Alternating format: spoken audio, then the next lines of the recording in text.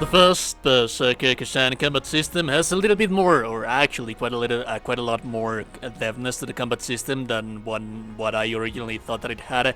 And yes, we did theorize in our overview video that this was going to be somewhat of a little bit more complex than it comes than if you compare it to, for example, a Souls-like, which is this is what it is. However, aside from the build crafting of your character, you also have a skill tree.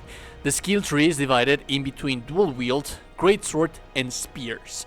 Now, each individual one of these guys are going to be vastly, and I mean vastly different from one to another. However, there's a little bit of a disclaimer that I need to give you before you actually start marrying into any kind of weapon. And as a matter of fact, you do have to marry to a certain specific weapon. These videos are going to help you to know what is it that specific weapon is going to do, what's the overall gameplay gist of everything of that weapon going to be. It is the early stages of the weapon, but the combos that you have in here are like vastly more complex than what I originally thought that they would be. And I mentioned that you have to marry to a weapon because even though that there is a respec system in the game, especially on the skill tree, which is a skill tree that you can change back and forth seamlessly whenever you want to without having to pay anything for it. When it comes to the stats, which is what's going to ultimately determine your build, overall build, you can only respec your stat for your build with the primeval regression orbs that you can see right in here. And as you can see, these guys are epic consumables, so I'm not sure how lenient is the game going to be when it comes to this guy right here. And have in mind that, for example, the weapons do have a scaling value, and it seems to me that the scaling value, it is going to be predetermined and divided into each specific one of the stats. We'll go deeply into that a little bit on a different video, but as you can see, this one scales better with proficiency, this one scales better with strength, and this one scales better with willpower, and that is the same thing for every weapon. So essentially, the proficiency is going to be for spears, the strength is going to be for greatswords, and then the willpower is going to be for dual wielding weapons. So yeah, this video is going to give you an overall idea of what the spear is going to be looking like and what you're going to be able to do with it, and if you're going to want to be using that weapon as your main weapon once the game releases on March 25. That being said, let's go through the skill tree. There's a couple of things that you need to know, that you need to have right here to have into consideration before we actually start building into the combos. I'm going to give you basic combos, medium combos, very difficult combos, well, not difficult combos, but longer combos that you're going to be using to leverage the maximum power of the weapon. The first thing that you need to have in mind when it comes to this skill tree is that you actually have active skills like the crescent strike in here, the spiral thrust, the after image thrust. Those are skills that you're going to be using with your resource, which is your spirit. As you can see, I have 3 spirit balls, and this is something that you should be using whenever you have the chance, because they are these very flashy skills that are going to be dealing quite a bit of damage, but also they consume that skill. So you're essentially, the gist of everything is that you're going to be using your combos to get that spirit meter back. Also, when you receive damage, there's also consumables that they are going to give you that thing back. But essentially, you cannot change them into the combos that I'm going to show you. So you can basically use whichever ones that you feel that you're more comfortable with and the ones that you like the most. I, for example, like the crescent strike quite a lot, and this is usually my jam. This is what I run. But if you want to have a little bit more of a variability when it comes to what you're seeing on screen, that's something that you can have as well if you want to have it as well, because there's many skills in here. That said, there's a couple of skills in here that are going to synergize in between each other. Let's go first through Shrewd and God, because these guys are going to determine a type of playstyle that a player is going to have. Thankfully enough, there is a little bit more of a versatility when it comes to the combat options, aside from this game has been compared to Sekiro. Yes, it is very much like Sekiro, and it's also very much like Bloodborne, because you can either dodge, block, or parry, and that's a playstyle that you can adopt, but you don't necessarily need to marry to one specific one. But for example, if you want to have a little bit more of a dodgy kind of playstyle like Bloodborne, then you're going to be placing points first into shoot, because this is going to decrease the stamina cost for dodging, but it's also going to give you the quick slash, which is a combo opener that you're going to have access to whenever you do a perfect dodge, if you're a character or a player that relies heavily on dodges. And yes, this changes into all of the combos that I'll give you in a little while. We'll talk about this a little bit later on. But if you're more of a Sekiro player, then you might as well be taking points into endurance, because this is going to decrease the amount of costs for guarding, as well as the amount of damage that you deal whenever you parry an enemy effectively. And it's also going to give you the chance to be able to start a combo after you do a parry. Now that we tackled the basics, let's talk about the combos and the overall bread and butter of the weapon. The easiest combo to pull off is going to be Moonlight, and overall the general idea that you want to have for this weapon is the Moonlight stance, because this is going to natively give you a buff for 15 seconds that is going to increase the damage you deal and the posture damage you deal. How do I activate my Moonlight stance? Well, by using a Moonlight attack. The Moonlight attack is that swift attack, that slash AoE kind of attack after the basic combo that you have right in here.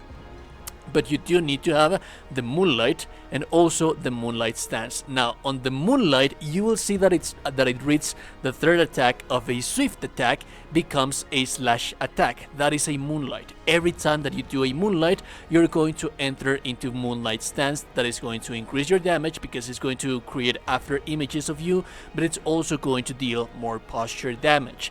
The cool thing about this is that if you manage the flow of combat properly, since this is 15 seconds, this should always be up, and this is the bread and butter of this weapon. You always want to be on Moonlight stance. However, this is not the only way that you can enter into the Moonlight stance, the Moonlight right here. There's a couple of little different things that we are going to have in here. The combos that I'm going to have right in here for you, it's going to be the combos for Shadow Reversal and Assaults.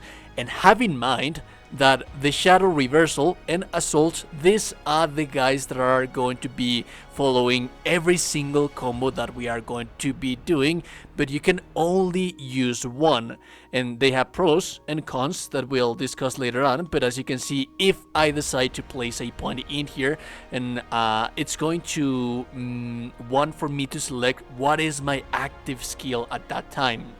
And that is because all of the inputs that I'm going to show you in a little while, they are going to be dependent on the Y input, and it's shared in between this one. So you need to choose which one would you like to have, and there really is no point in purchasing them both right in here when you can just purchase the one that you feel that you're going to be using. Now, Shadow Reversal is going to deal more damage, but it costs more stamina. It also, one of the benefits that this guy has is that it only requires one skill point, meaning that you can use the rest of the skill points that you would have in here into the Assault in different places. However, the Assault is not going to require that much stamina, and it's also going to deal more posture damage to the enemy. Whenever you invest more points in here, that's going to furthermore increase the posture damage that you deal to the enemy. So you are going to be exhausting the enemy quite a lot, so that's a synergy that you want to have with Chaser Devourer, because you're going to gradually recover one spirit gauge every time that you exhaust an enemy.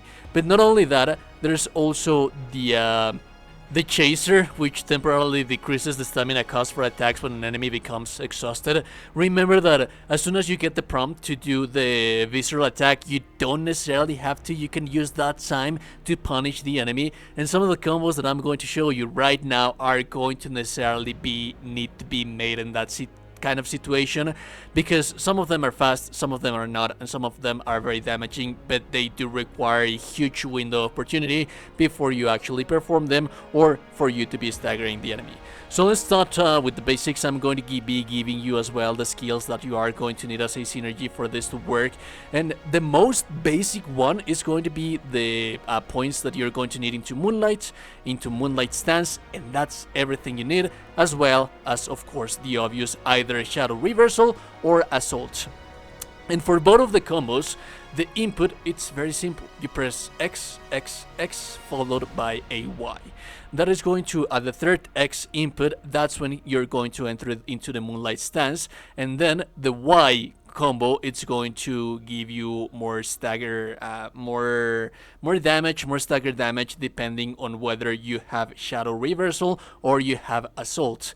Remember that the input for these guys, it's the same, but it depends on to you which one would you like to be using. The one that costs more stamina or the one that costs less stamina, but it deals more posture damage. That's the basic combo. For the medium tier combo, you are going to be needing 0 points because this is going to be chaining into something little different. So essentially what this guy is going to do is that it's going to increase your DPS, and this even when after this guy, you don't necessarily have to do the swift attack if you complete the animation for this attack, which is very fast and it deals more damage. After that, you can do a Moonlight Slash, which is going to allow you to enter into the Moonlight Stance.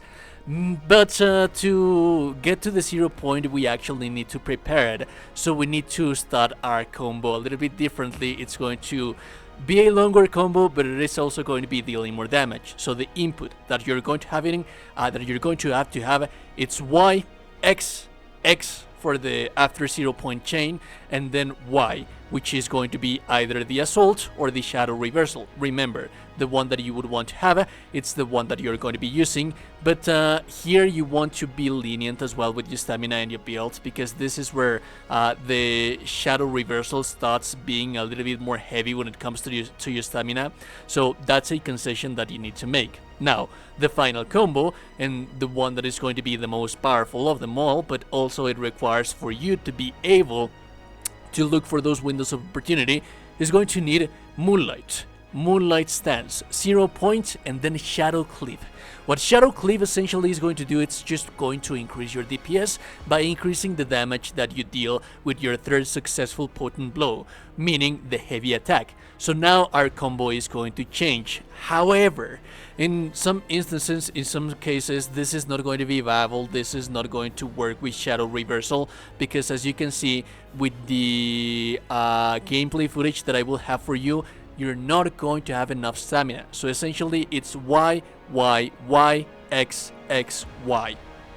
And that is going to deal the damage of the Shadow Cleave for the heavy damage, and then it's going to enter into the thrust attack, and then it's going to finally do the Moonlight Stance, followed by the final attack, which is either going to be Assault or the Shadow Reversal. However, since Shadow Reversal has so much stamina cost, and you already spent all of your stamina in here, as you can see with the gameplay that I'm showing you throughout this showcase, you're left without, even while I'm doing it at the time with my whole stamina, I didn't really necessarily need to manage everything, it just drained it on its entirety. Yes, it deals quite a bit of damage, but I'd say that in here, in this case scenario, you want to have Assault, because Assault is going to also even allow you to block or dodge after the fact. And if you do it with Shadow Reversal, well, that's not going to be the case. That's not going to happen, because you're going to be open with your ass spread right in front of the enemy, and yeah, that's not going to be any good for you. And then finally, the final combo that you are going to have, then again, we're going back to square one, which is with Shrewd and Guard. Any of the combos that I just previously showed you, you can chain them depending on the playstyle. If you're a dodger player, if you're a guard player, if you take the quick slash, this is going to give you a little bit more of versatility when it comes to the combo chaining, because of the quick slash that we have in here.